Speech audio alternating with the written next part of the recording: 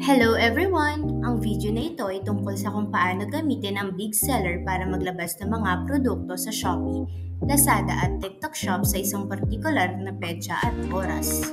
Nag-aalok ang Big Seller ng ilang paraan para mag-schedule ng mga release ng produkto.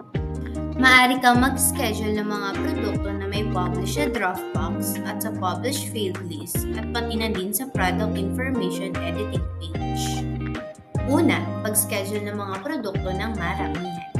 Unang hakbang, i-access ang Dropbox o Publish Field List. Pangalawang hakbang, piliin ang mga produktong nais mong i-schedule. Pangatlong hakbang, i-click ang Schedule Publish. Ika-apat na hakbang, pumili ng mode ng pag-publish. Ang mga produkto ilalabas sa isang regular na interval, halimbawa, bawat 5 minuto sa publishing interval. Samantala sa Publish Evenly, ang mga produkto ay ilalabas ng pantay sa loob ng isang partikular na oras.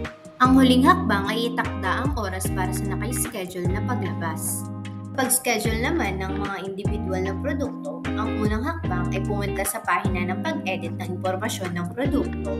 Pangalawang hakbang, i-click ang Schedule Publish. At ang pangatlo ay pumili ng publishing mode at magtakda ng oras. Pagkatapos, i-click ang Confirm.